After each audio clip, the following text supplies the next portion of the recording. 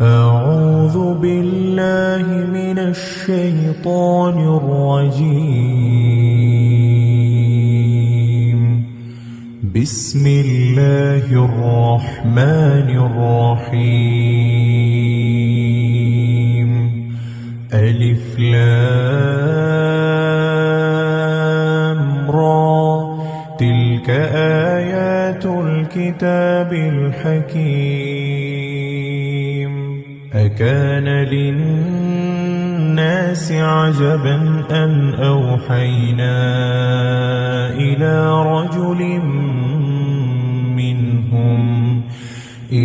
رجل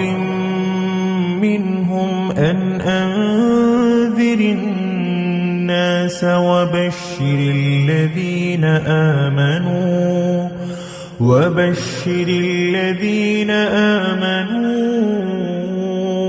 أن لهم قدم صدق عند ربهم.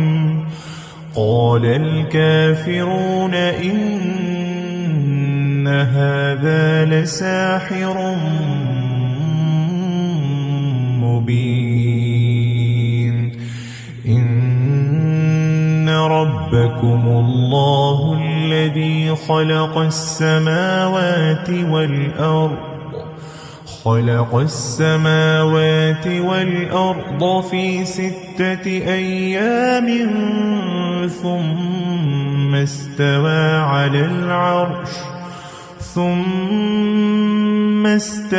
على العرش يدبر الأمر. ما من شفيع إلا من بعد إذنه. ذلكم الله ربكم فاعبدوه، أفلا تذكرون. إليه مرجعكم جميعا، وعد الله حقا. إنه يبدأ الخلق ثم يعيده ليجزي الذين آمنوا وعملوا الصالحات بالقسط. والذين كفروا لهم شراب من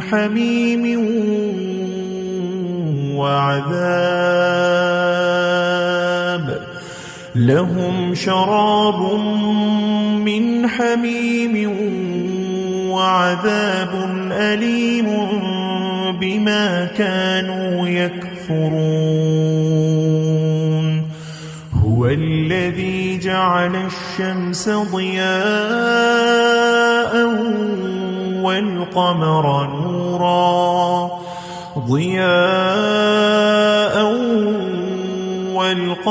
نورا وقدره منازل لتعلموا عدد السنين والحساب. ما خلق الله ذلك إلا بالحق، يفصل الآيات لقوم يعلمون. إن في اختلاف الليل والنهار وما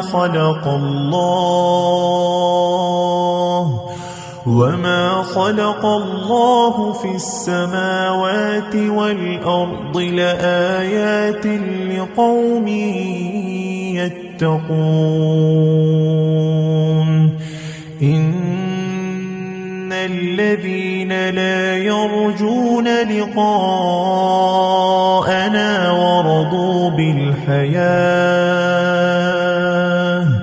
ورضوا بالحياة الدنيا واطمأنوا بها، والذين هم عن آياتنا غافلون. أولئك مأواهم النار بما كانوا يكسبون.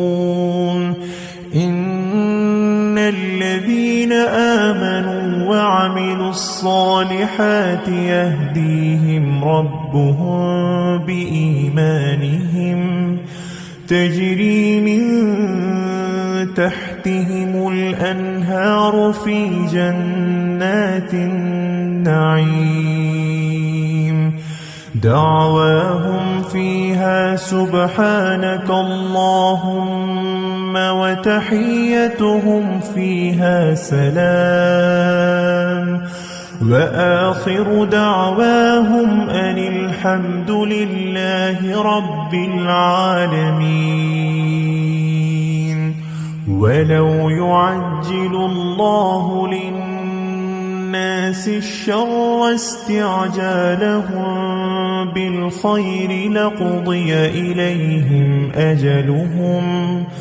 فنذر الذين لا يرجون لقاءنا في طغيانهم يعمهون.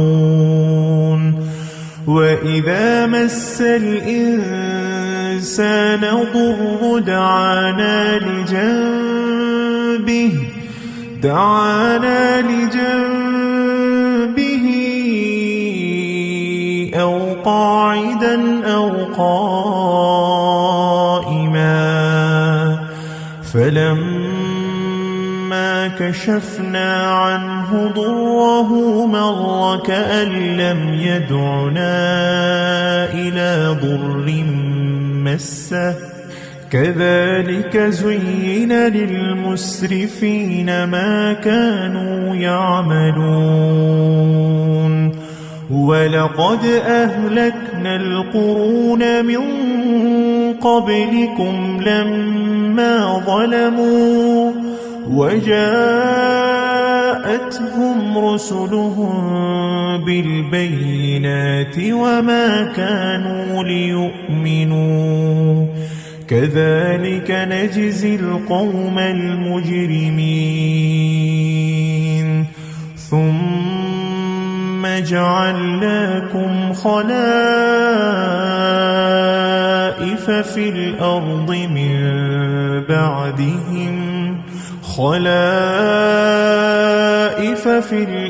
من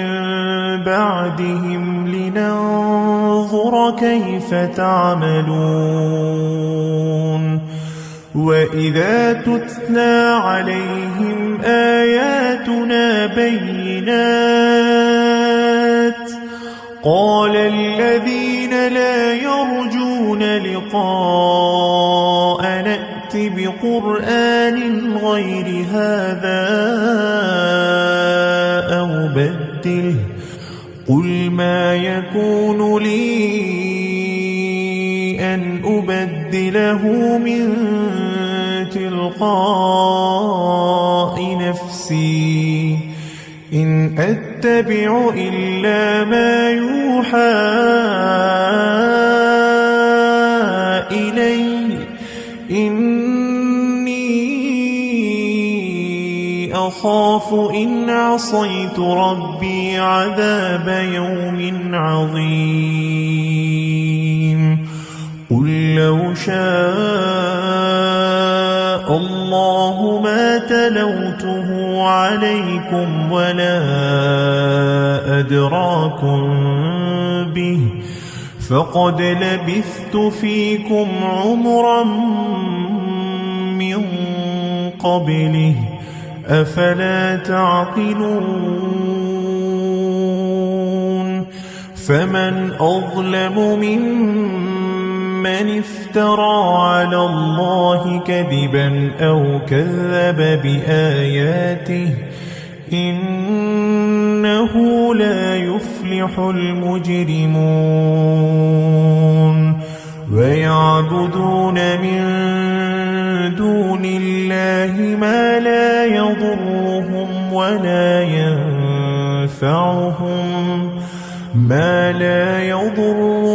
ولا ينفعهم ويقولون هؤلاء شفعاؤنا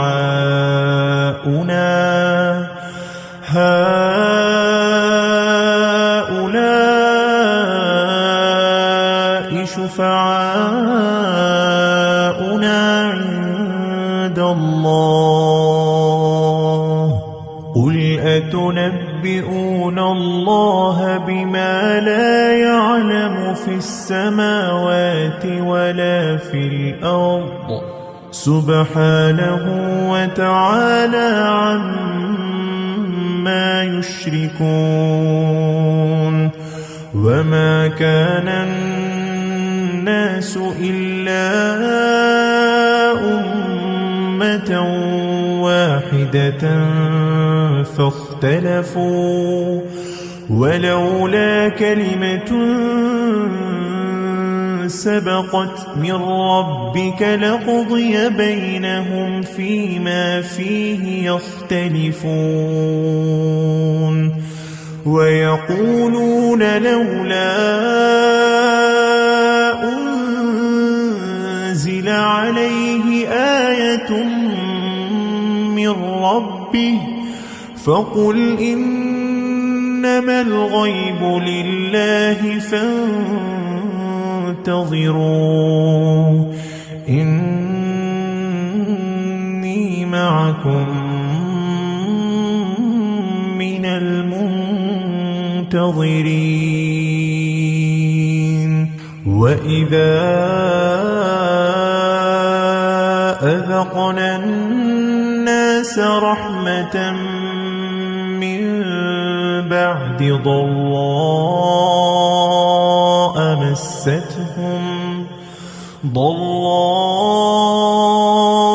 مستهم إذا لهم مكر في آياتنا قل الله أسرع مكرا إن رسلنا يكتبون ما تمكرون هو الذي يسيركم في البر والبحر حتى إذا كنتم في الفلك وجرين بهم بريح طيبة وفرحوا بها جاءتها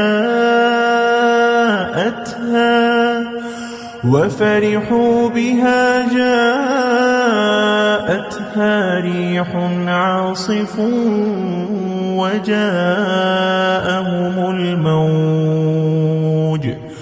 وجاءهم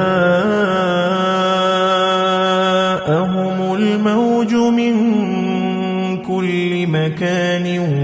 وظنوا أنهم أحيط بهم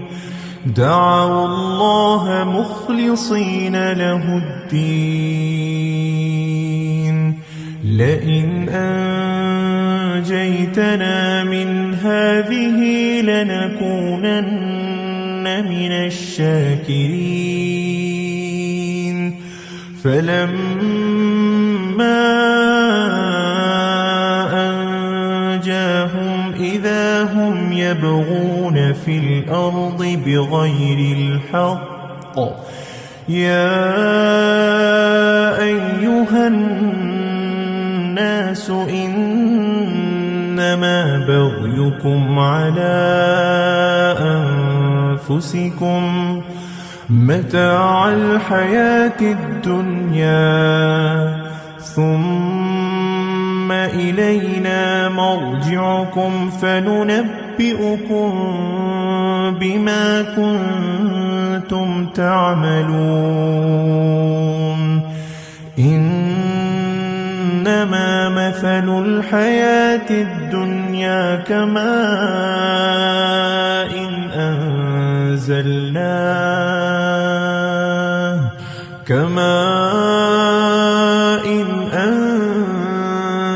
أنزلناه من السماء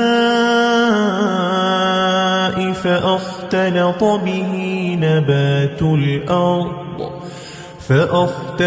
به نبات الأرض مما يأكل الناس والأنعام حتى إذا أخذت الأرض زخرفها وزينت وظن أهلها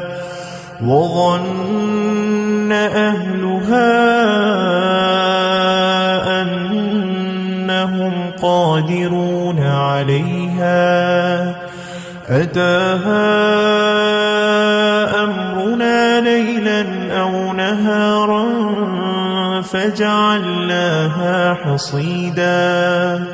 فجعلناها حصيدا كأن لم تغن بالأمس كذلك نفصل الآيات لقوم يتفكرون والله يدعو إلى دار السلام ويهدي من يشاء إلى صراط مستقيم للذين أحسنوا الحسنى وزيادة ولا يرهق وجوههم قتر ولا ذلة أولئك أصحاب الجنة هم فيها خالدون والذين كسبوا السيئات جزاء سيئة بمثلها وترهقهم ذلة ما لهم من الله من عاصم كأنما أغشيت وجوههم قطعا من الليل مظلما أولئك أصحاب النار هم فيها خالدون ويوم نحشرهم جميعا ثم نقول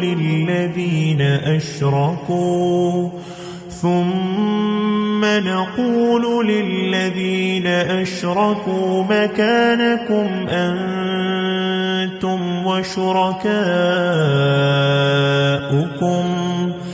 فزيّلنا بينهم وقال شركاؤهم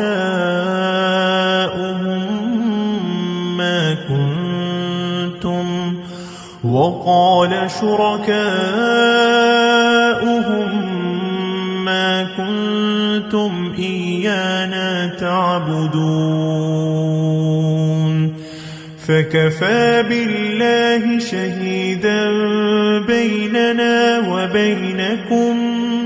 شهيدا بيننا وبينكم إن كنا عن عبادتكم لغافلين هنالك تبلو كل نفس ما أسلفت وردوا إلى الله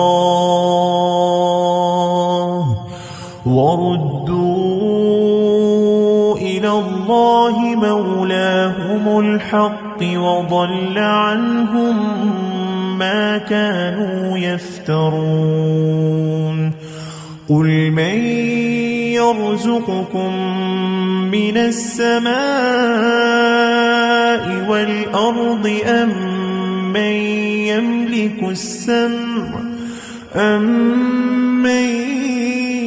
يملك السمع والأبصار ومن يخرج الحي من الميت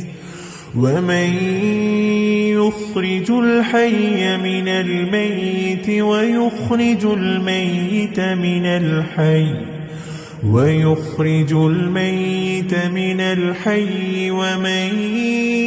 يدبر الأمر فسيقولون الله فقل أفلا تتقون فذلكم الله ربكم الحق فماذا بعد الحق إلا الضلال فأنى تصرفون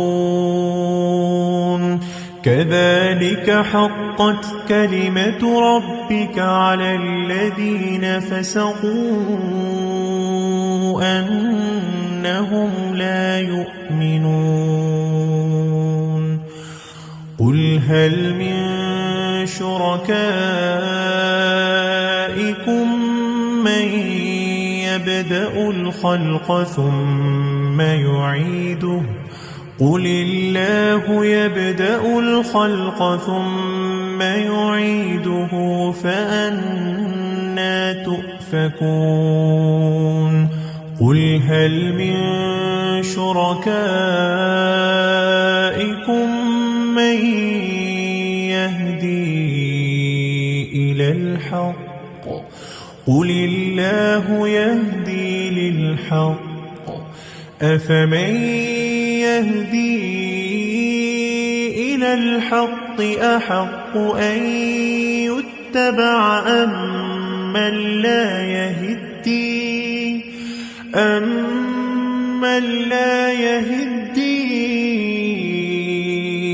إلا أن يهدى فما لكم كيف تحكمون وما يتبع أكثرهم إلا ظنا إن الظن لا يغني من الحق شيئا إن الله عليم بما يفعلون وما كان هذا القرآن أن يفترى من دون الله ولكن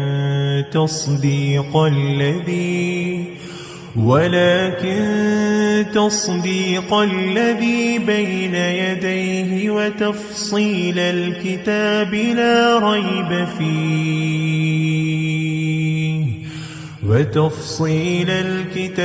لا ريب فيه من رب العالمين أم يقولون افتراه قل فأتوا بسورة مثله وادعوا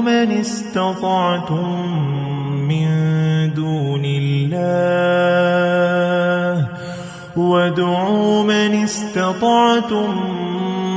من دون الله إن كنتم صادقين بل كذبوا بما لم يحيطوا بعلمه ولما يأتهم تأويله كذلك كذب الذين من قبلهم فانظر كيف كان عاقبة الظالمين ومنهم من يؤمن به ومنهم من لا يؤمن به وربك أعلم بالمفسدين وإن كذبوك فقل لي عملي ولكم عملكم أنتم بريئون مما أعمل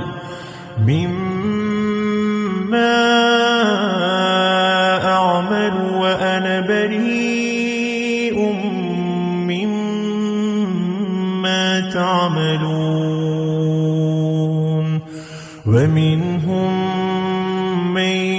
يستمعون إليك أفأنت تسمع الصم ولو كانوا لا يعقلون ومنهم من ينظر إليك أفأنت تهدي العمي ولو كانوا لا يبصرون إن الله لا يظلم الناس شيئا ولكن الناس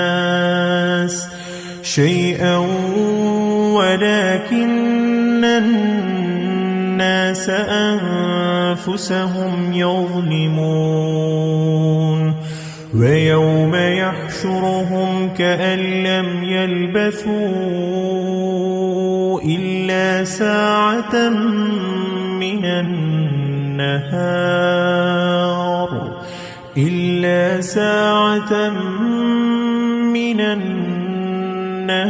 يتعارفون بينهم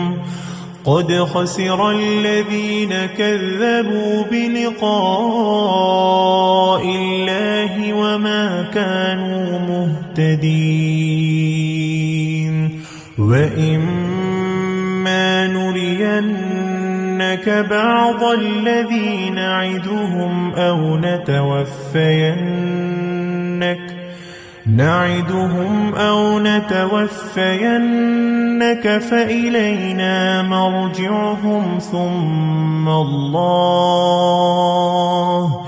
فإلينا مرجعهم ثم الله شهيد على ما يفعلون ولكل أمة رسول فإذا جاء رسولهم قضي بينهم بالقسط وهم لا يظلمون ويقولون متى هذا الوعد إن كنتم صادقين قل لا أملك لنفسي ضرا ولا نفعا إلا ما شاء الله لكل أمة أجل إذا جاء أجلهم فلا يستأخرون ساعة ولا يستقدمون قل أرأيتم إن أتاكم عذابه بياتا أو نهارا ماذا يستعجل منه المجرمون أثم إذا ما وقع آمنتم به الآن وقد كنتم به تستعجلون ثم قيل للذين ظلموا ذوقوا عذاب الخلد هل تجزون إلا بما كنتم تكسبون ويستنبئونك أحق هو قل إي وربي إنه لحق وما أنتم بمعجزين ولو أن لكل نفس ظلمت ما في الأرض لافتدت به وأسروا الندامة لما رأوا العذاب وقضي بينهم بالقسط وهم لا يظلمون ألا إن لله ما في السماوات والأرض ألا إن وعد الله حق ولكن أكثرهم لا يعلمون هو يحيي ويميت وإليه ترجعون يا أيها الناس قد جاءتكم موعظة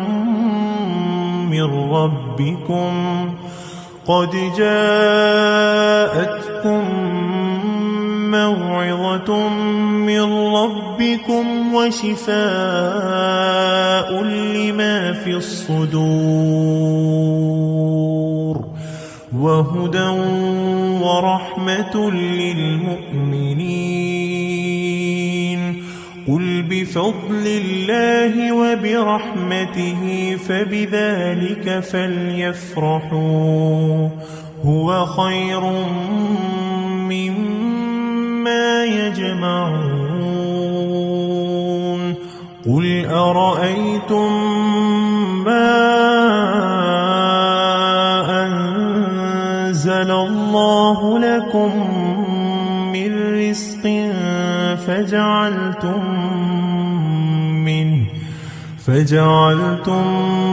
منه حراما وحلالا قل الله أذن لكم أم على الله تفترون وما ظن الذين يفترون على الله الكذب يوم القيامة إن الله لذو فضل على الناس ولكن أكثرهم لا يشكرون وما تكون في شأن وما تتلو منه من قرآن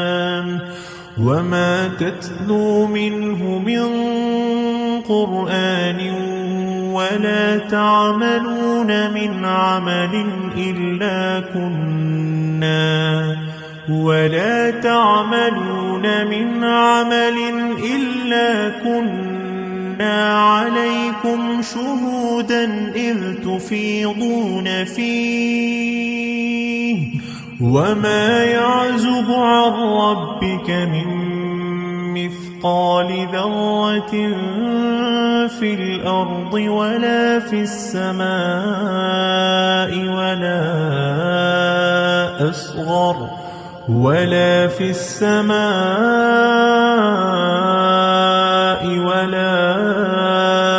أصغر من ذلك ولا أكبر إلا في كتاب مبين ألا إن أولياء الله لا خوف عليهم ولا هم يحزنون الذين آمنوا وكانوا يتقون لهم البشرى في الحياة الدنيا وفي الآخرة لا تبديل لكلمات الله ذلك هو الفوز العظيم ولا يحزنك قولهم إن العزة لله جميعا هو السميع العليم ألا إن لله ما في السماوات ومن في الأرض وما يتبع الذين يدعون من دون الله شركاء إن يتبعون إلا الظن وإن هم إلا يخرصون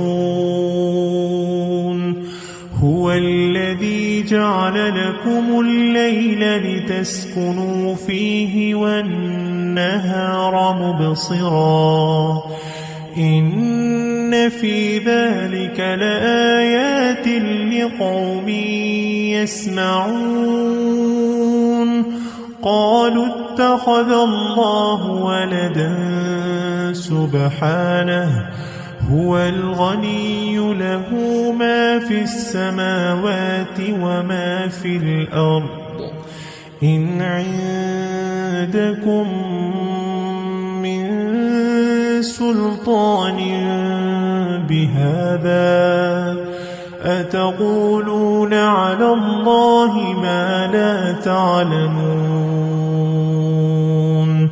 قل إن الذين يفترون على الله الكذب لا يفلحون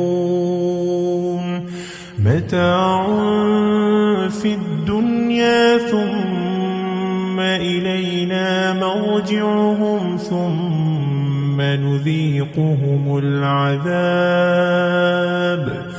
ثم نذيقهم العذاب الشديد بما كانوا يكفرون واتل عليهم نبأ نوح إذ قال لقومه يا قوم إن كان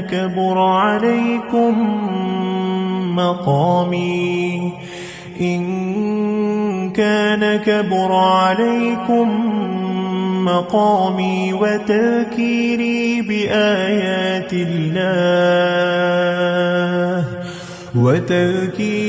بآيات الله فعلى الله توكلت فأجمعوا أمركم وشركاءكم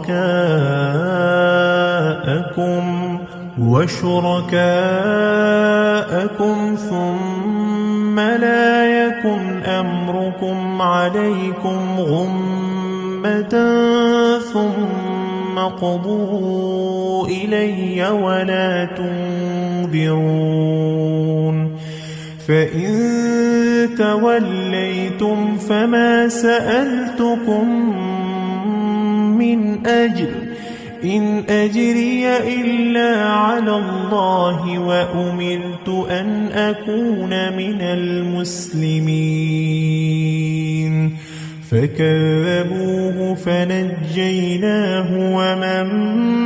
معه في الفلك وجعلناهم خلائف وأغرقنا الذين كذبوا بآياتنا فانظر كيف كان عاقبة المنذرين ثم بعثنا من بعده رسلا إلى قومهم فجاءوهم بالبينات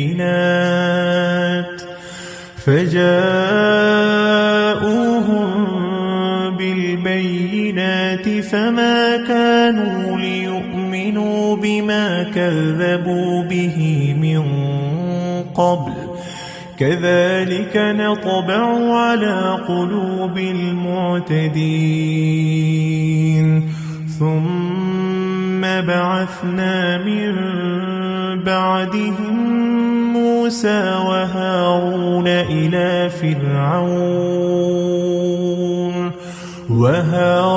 إلى فرعون وملئه بآياتنا فاستكبروا وكانوا قوما مجرمين فلما جاءهم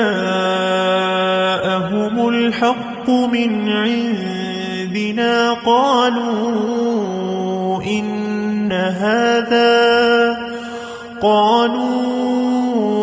إن هذا لسحر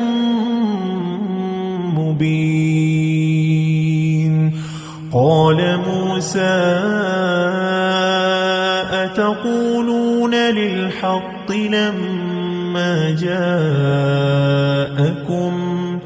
أسحر هذا ولا يفلح الساحرون قالوا أجئتنا لتلفتنا عما وجدنا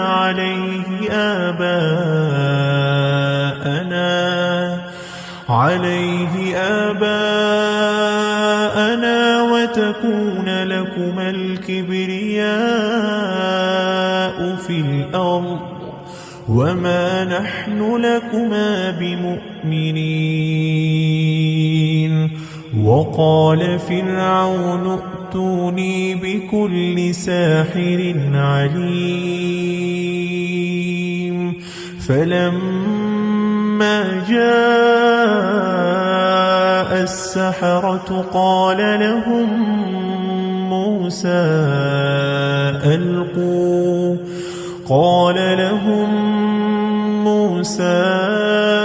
ألقوا ما أنتم ملقون فلما ألقوا قال موسى ما جئتم به السحر إن الله سيبطله إن الله لا يصلح عمل المفسدين ويحق الله الحق بكلماته ولو كره المجرمون فما آمن لموسى إلا ذرية من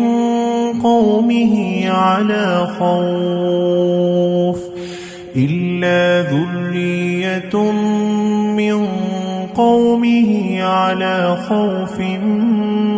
من فرعون وملئهم أن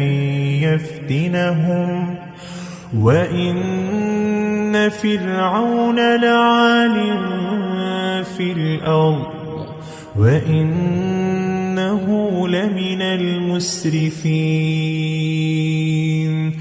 وقال موسى يا قوم إن كنتم آمنتم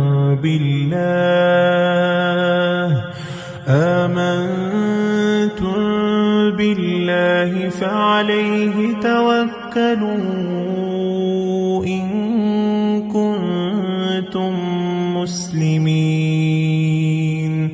فقالوا على الله توكلنا ربنا لا تجعلنا فتنة للقوم الظالمين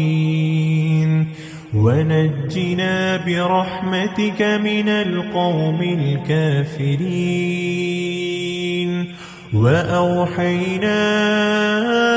إلى موسى وأخيه أن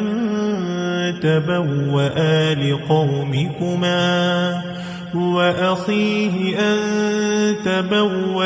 لقومكما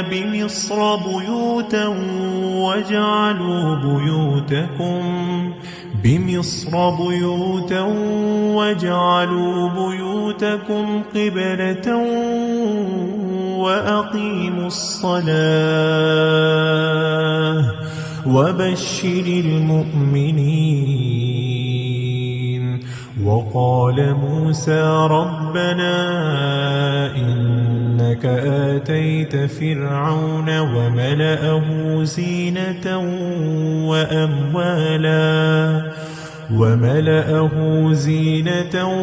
وأموالا في الحياة الدنيا ربنا ليضلوا عن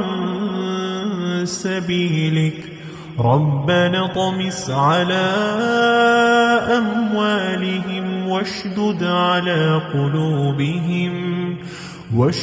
على قلوبهم فليؤمنوا حتى يروا العذاب الأليم قال قد أجيبت دعوتكما فاستقيما ولا تتبعان سبيل الذين لا يعلمون وجاوزنا ببني إسرائيل البحر فأتبعهم فرعون وجنوده بغيا وعدوا حتى إذا أدركه الغرق قال آمنت أنه لا إله إلا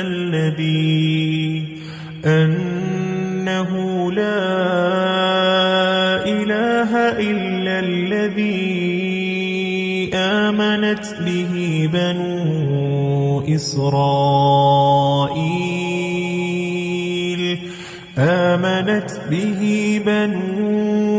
إسرائيل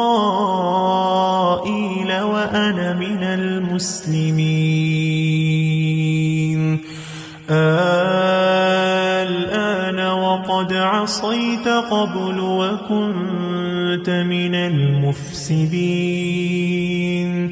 فاليوم ننجيك ببدنك لتكون لمن خلفك آية وإن كثيرا من الناس عن آياتنا لغافلون ولقد بوأنا بني إسرائيل مبوأ صدق ورزقناهم من الطيبات فما اختلفوا حتى جاءهم العلم إن ربك يقضي بينهم يوم القيامة فيما كانوا فيه يختلفون فإن كنت في شك مما أنزلنا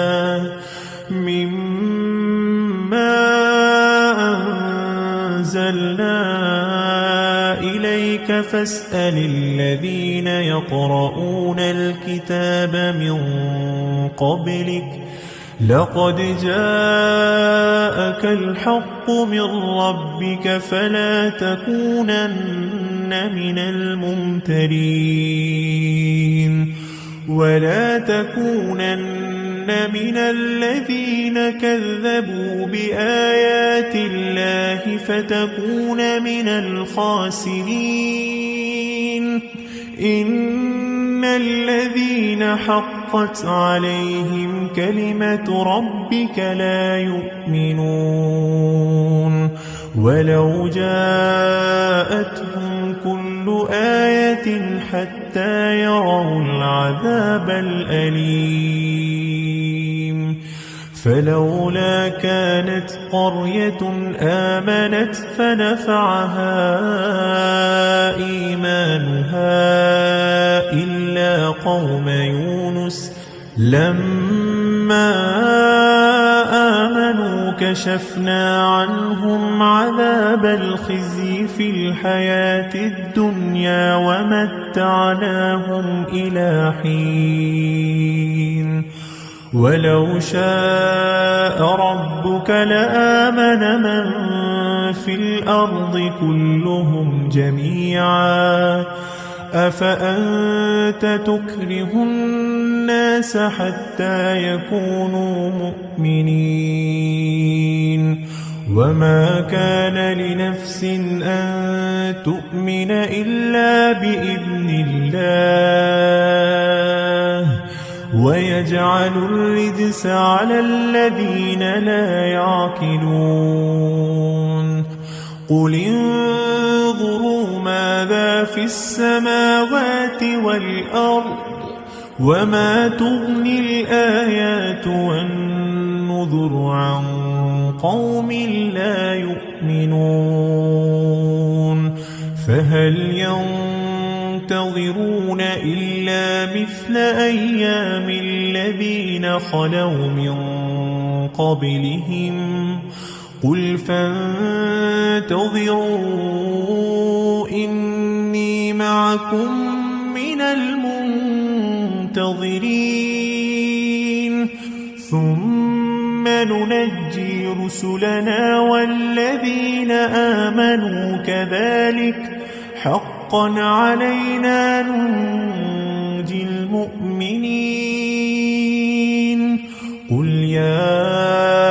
أيها الناس إن كنتم في شك من ديني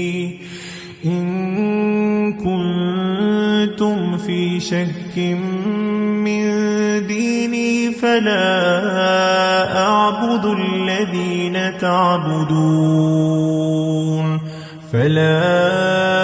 أعبد الذين تعبدون من دون الله ولكن أعبد الله الذي يتوفاكم وأمرت أن أكون من المؤمنين وأن أقم وجهك للدين حنيفا ولا تكونن من المشركين ولا تدع من دون الله ما لا ينفعك ولا يضرك فإن فعلت فإنك إذا من الظالمين وإن يمسسك الله بضر فلا كاشف له إلا هو وإن يردك بخير فلا راد لفضله يصيب به من يشاء من عباده وهو الغفور الرحيم قل يا أيها الناس قد جاءكم الحق من ربكم فمن اهتدى فإنما يهتدي لنفسه ومن ضل فإنما يضل عليها وما